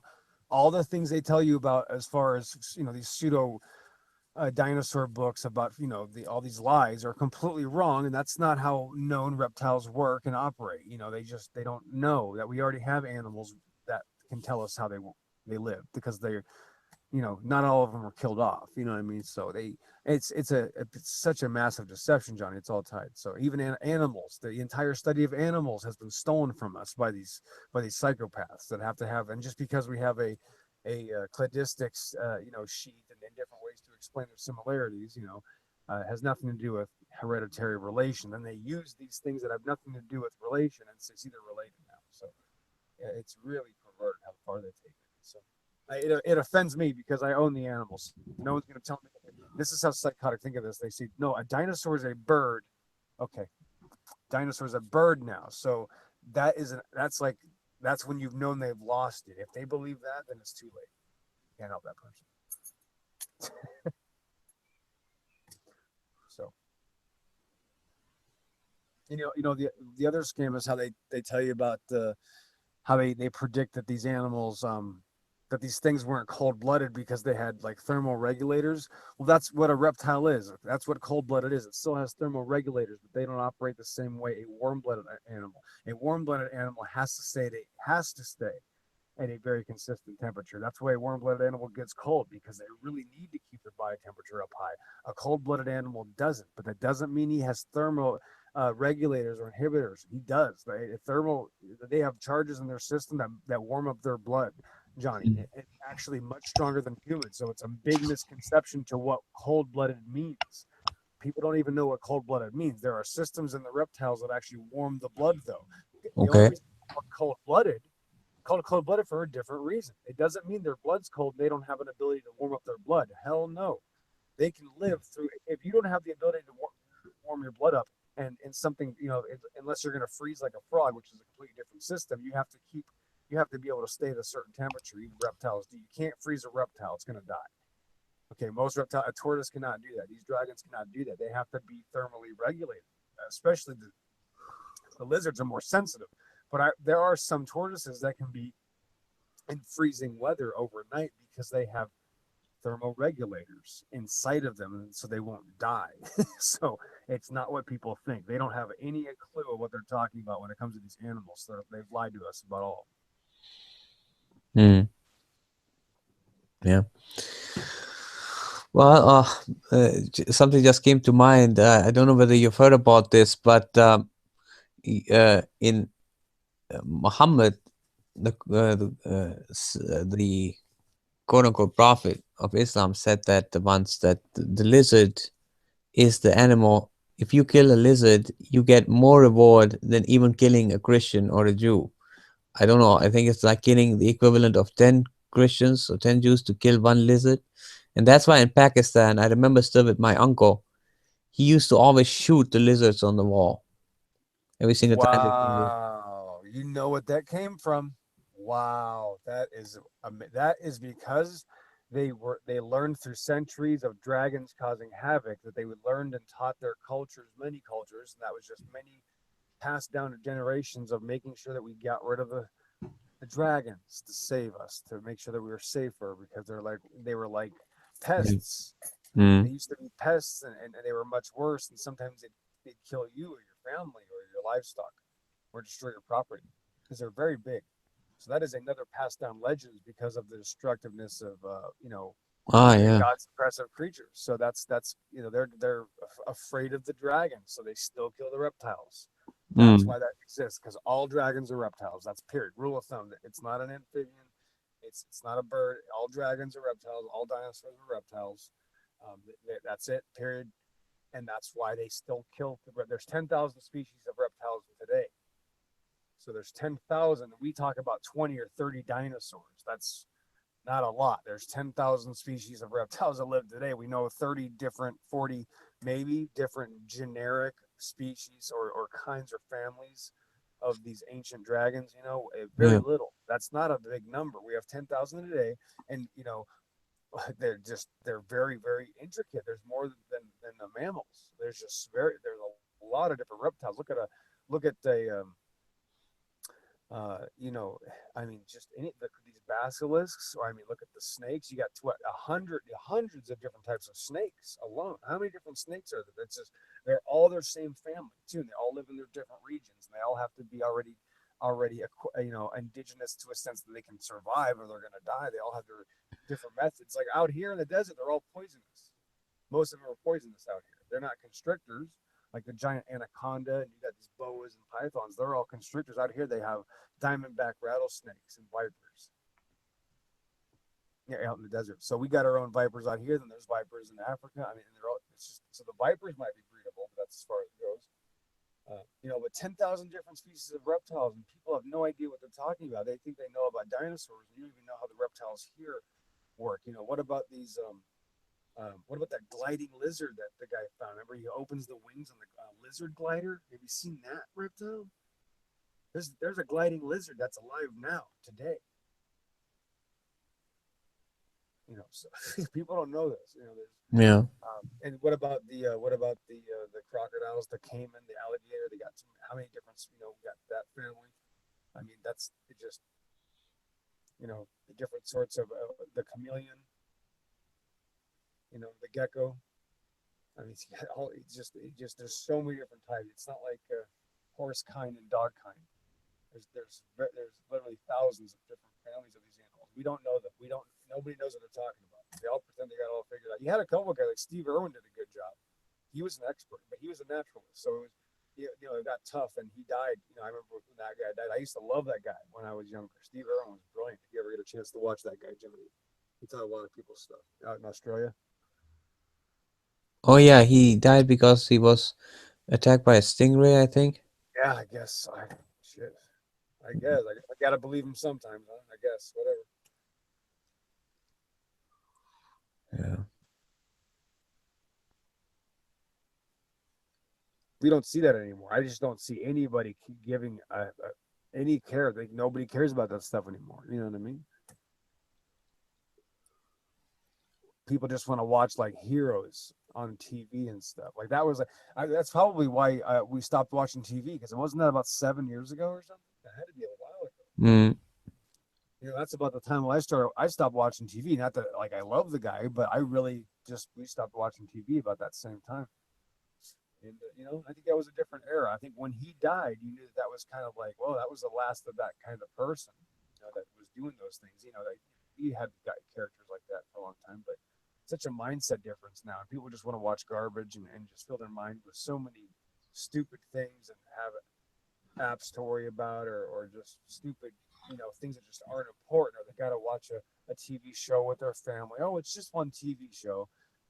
So so 5 people at one time waste, you know, that's cumulative of about what 3 or 4 hours of time wasted on a 30-minute TV show. And it's never 30 minutes; it's usually hours. And people watch hours and hours of programming, and they literally go into a state of trance. And that's what we're noticing, is that we're looking at the zombie apocalypse, John.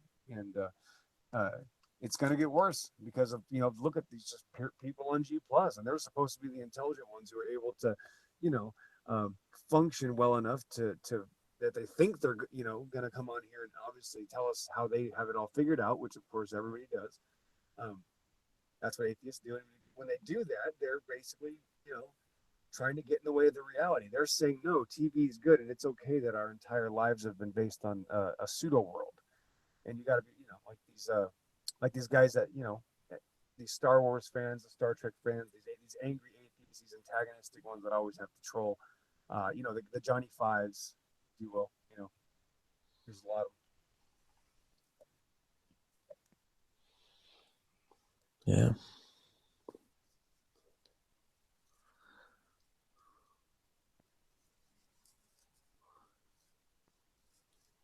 That's it. It's called a monsoon storm. It takes about 5-10 minutes and it's over. Okay. That's it. Yeah. So we'll probably get another one tomorrow, hopefully. But yeah, I was talking to Chris Rock yesterday, and Epic Skeptic or Skeptic Epic or something like that.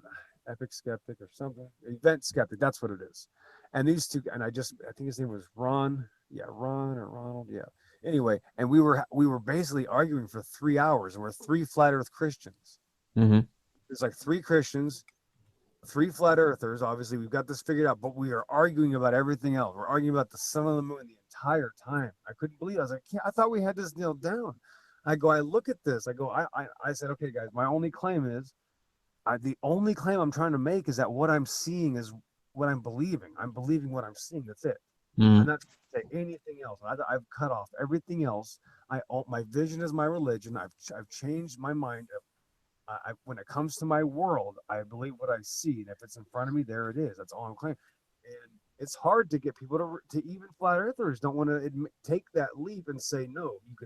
You have to accept it for what it is. But like these people that are really smart sometimes try to overdo the concept, and they try to make it seem like no, light's bending in a way so that the sun is just going straight, and the sun's Mm-hmm. going straight, and we're in a square. And I know I know where they're going with it, but I think it's gone too far. I think no, I think the sun and the moon just go around us in a circle, and you can see it. I think it's important to actually visualize that, because a lot of people are thinking of other things. Like there's a lot of smart people out there waking up to this truth, but then there's these people out there that, for some reason, have to like say we're not seeing what we're seeing, and there's 10 different versions of the flat Earth, just like there's 1,000 different versions of the ball Earth. You Yeah, got yeah, different beliefs. So that was interesting. That happened. yeah. Which proves, though, that nobody has a model. No one has the right to come and tell you, well, your model doesn't work because of this, because you don't Right. know what your model is. Okay. Yeah, but we do know what they require. We do know in generalistic terms, they absolutely have to have curve on a ball, and that's why they won't talk about it. So that's it.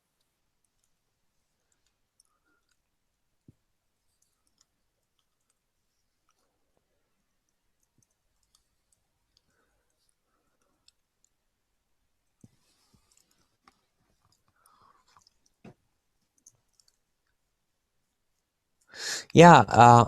I talked to Brother Arcane the other day about how to increase the effects of or the power of static electricity, because static electricity has, if we even consider it a separate force from what they call gravity, the same property of being able to attract non or metallic or any kind of object, right? So I was wondering how one could increase the intensity of static electricity in order to be able to lift, let's say, something as heavy as a human being, right? That's one of the, because electrostatic forces are usually very weak, or relatively weak, I should say.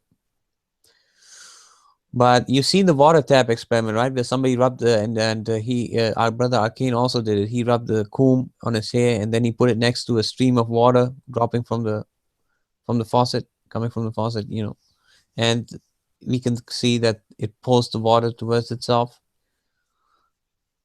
So that's a significant force. That's significant enough to manipulate water, pull water to the side. So I was thinking about how to make that even stronger, you know, because we know magnetism is way stronger than uh, the magnetic force on metal is way stronger than static force on plastic or paper or what have you.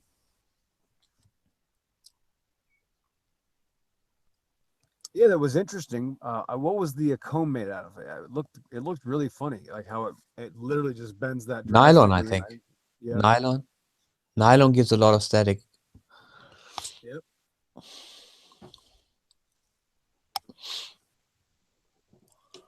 So, yeah. or There's just no good plastic. against fix it. Yeah, you gotta. At least people like Arcane are doing those things. A lot of people won't do anything to prove the point or look into anything. That's great.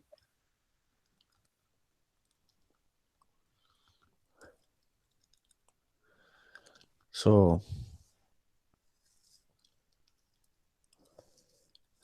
yeah, I don't know whether an electric field, I think it should be possible to get an electric field converted into static electricity, so that one can pump in electricity and create a static field instead of a magnetic field using electricity. Now, if that could be done somehow, then one could get, I think, an enormous amount of force, because then you can plug it into the electric, and then you can. I think they have done that with the there's the piezoelectric. There's been some. They've shown some objects. If you can look on YouTube, the piezoelectric. Oh no, it wasn't piezoelectric. I think it was. Yeah, but I think it was the same effect though.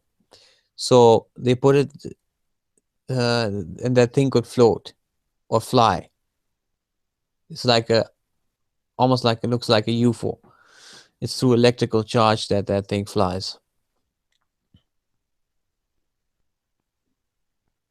Yeah, I saw some of those things where they were having things levitate. You know, I don't haven't done it myself, don't know how they work, haven't looked at it, but just looking at the videos of people doing them, they were impressive. They're definitely not going to help the blue ballers. They'll get upset when they see that thing going around like that in a circle. It's just floating there, like, oh my goodness, that literally is happening right in front of you. That is empirically being shown to go in a circle like that. Like that's kind of crazy. That's a coincidence. It only takes one experiment to be a to just literally make you think Mm. a lot of different things. It takes one experiment to change a billion people. That I don't have to talk about. People will find out those experiments. I'm not even gonna make a claim about it. Don't care. I've seen it myself though. So Yeah, I mean levitation through due to electric fields is known. It's a very well known phenomena. Let's see if I can find such a decent video of that so I can show that. Let's see here.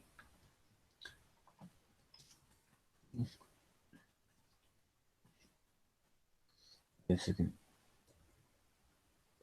Have you heard about the Hutchinson effect? yeah, but I don't believe it. It just didn't look right. I don't trust that dude. You know, Yeah, don't trust it. that could be. But the thing is, Arcane brought up when in the ancients, how did they lift those heavy rocks? Oh no, I think Arcane probably is absolutely right. Yeah, Yes. so there must Yeah. be something. Yeah. Maybe he's not Oh thinking yeah. the right Oh, way. I think so. Yeah. Just know Yeah. that what's even a bigger problem is how would they make the rocks is even a bigger problem. They don't even know how they would make the rocks. That I mean, ooh, there's I've been looking into that for a long time. And then about a week or so ago, I found something that had a couple extra things I didn't see before that were very impressive about the ancient builders. And I sent it to Arcane. Hmm. I said this was what I was looking for. I don't I gotta find that video. There are some amazing things. People have no idea what's out there about the construction of the ancients and what these giant megaliths look like, and just not even just the blocks and just the buildings. In particular, there's a special area where there's a quarry, and they're literally trying to get inside this thing at like an angle, like it's like shaped like I can't even describe the shape of this man-made structure, and they're trying to figure out how they got in there and chiseled it, but you can't. There's no way you can chisel it the way that it was made. You can't do it. It looks like it was made by some sort of maybe high pressure water system of like maybe something that could push an aircraft carrier over. Like that's the only thing I could think of is something that's a high pressure water system that's would have a million pounds of force. Is the only thing I can, or maybe some sort of laser shit. I don't stuff. I don't know about lasers, but they can do things like that. And I think then the magnetism thing. Maybe it's just like they might have magnetic machines that can do things I just don't understand. Who knows? There's Hmm. some amazing ancient ruins and ancient things that we find all over the world are absolutely just in rock form. And they're made out of rock, and they're a billion times more. The advanced technology is a billion times ahead of us. It's amazing. Yeah. Let me see here. Acoustic levitation using a piezoelectric transducer. Let's see how that works here. Piezoelectric transduction. Let's see if that's the one.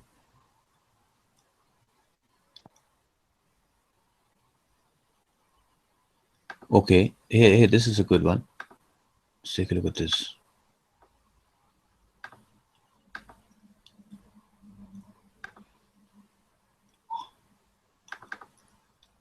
Okay, Can you see it? Yep. Okay, let's take a look at this one. Acoustic levitation. Oh boy, here we go. Okay, there you go. There, it's sick now.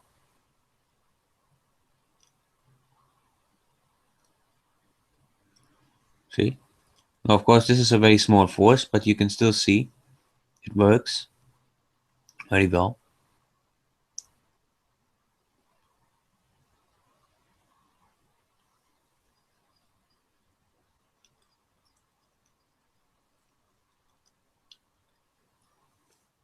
Right, and that's the thing. I mean, all I'm getting out of this is that just even their basic movement technology is far in very advanced, but we can show that these things are possible on a small scale. But the biggest problem being though, it still doesn't tell you any idea of how they actually made these things. It's still just we're only seeing one thing. We're seeing something levitate. There's a lot more. I mean, that's the thing. That's one little Yeah, thing. for sure. Let's see here. Hi. About a week ago, I saw this interesting article about acoustic levitation using basically setting up ultrasonic standing waves to using fairly specialist equipment. But Let me see what he does.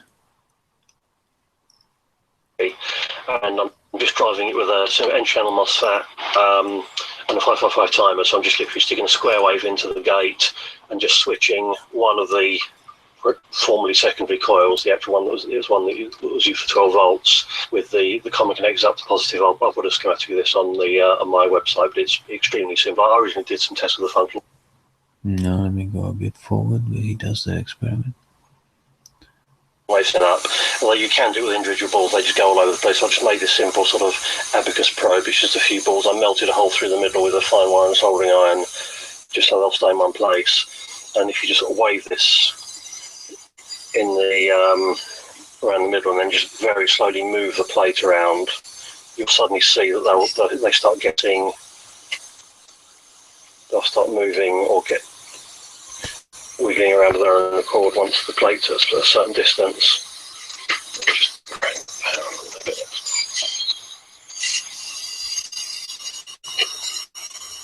So there, so when I move that, see they suddenly jump up. If I hold that in place as I move now down, you can actually see them jumping at specific positions corresponding to the standing waves. So if we just get a nice strong pattern, I'll just lock the plate off at that position. Still going.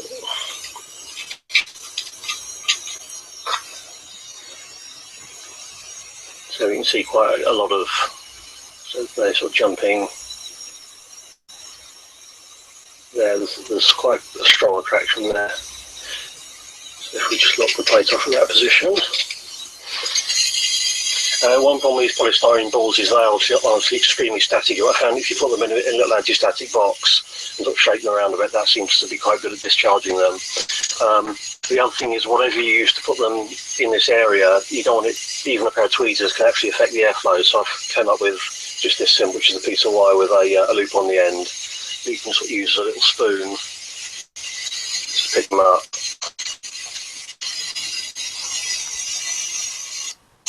There was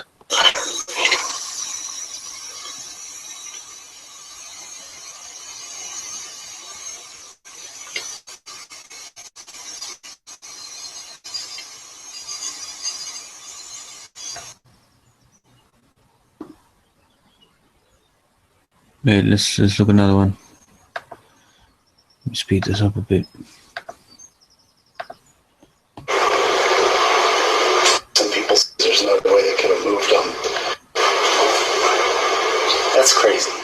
A Tibetan singing bowl, you can get them for a few bucks online. With a little levitate, some water.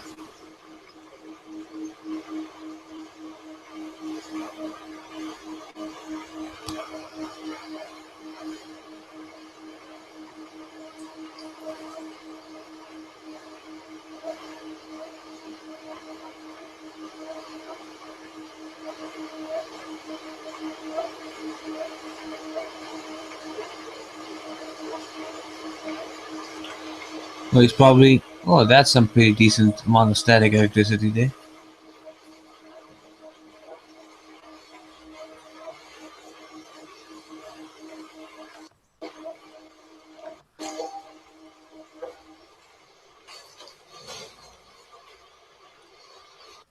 Yeah. See, that was static electricity as well, I think. Let me see what else I can find here.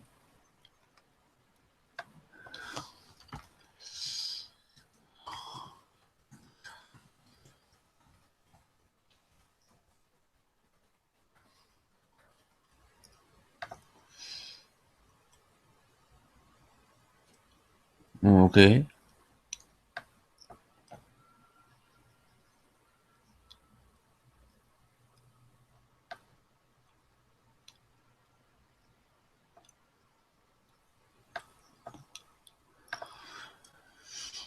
Little scientist week at the some either up our balloon, we bring it close to that pop can. That's okay. I got a little aggressive there. That's okay. What happens is we're kind of moving or shifting around the charges that are inside. So to kind of show you what happens, I have this diagram.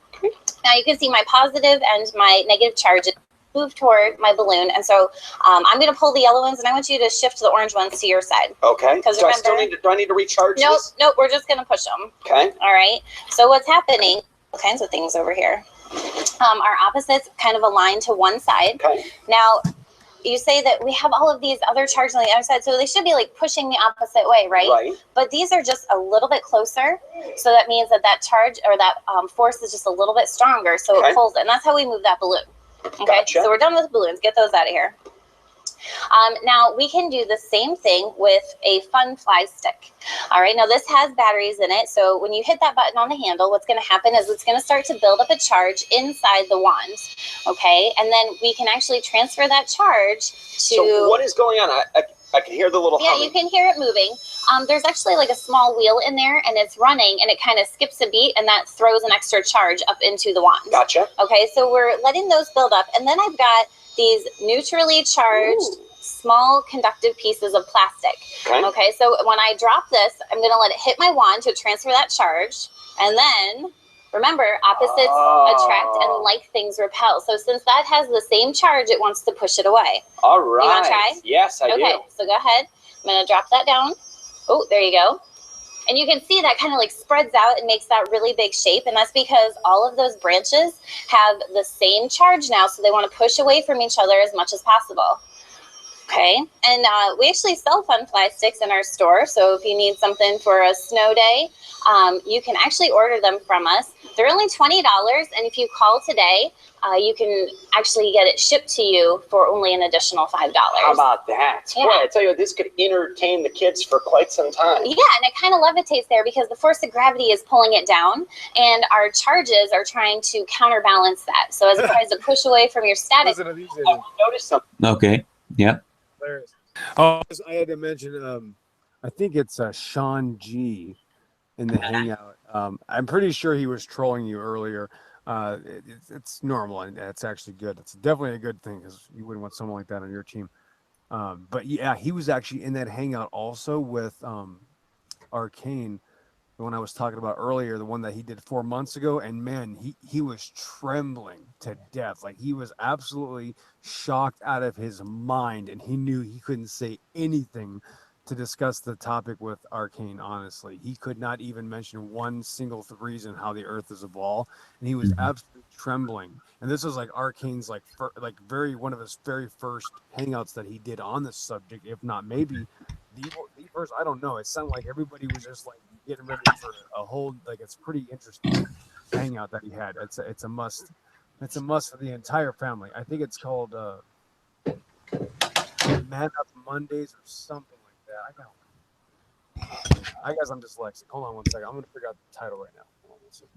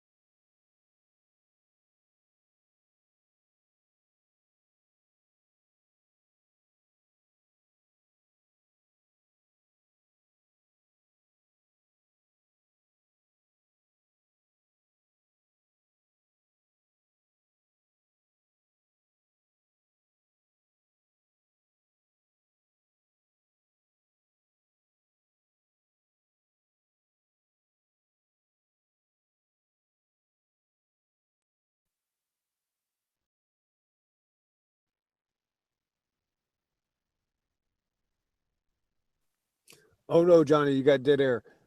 It's all good though. I just had to check the chat there. So that was pretty funny. I shared that on my G Plus page. So it's called Yaman Monday or something like that by Yeah, Arcane. that wasn't that Rose's hangout? I saw Rose made a hangout about Yeah Man Monday. Or was it on Arcane's as Oh well? yeah, that's right. Yeah, hers was Yeah Man Monday and his was Man Up Monday Okay. or something like that. Anyway, that's funny. But yeah, you gotta check that out. I'm actually gonna get back to it. Maybe tomorrow when I'm out in the sun, working out in the field like a slave. So that'll be fun.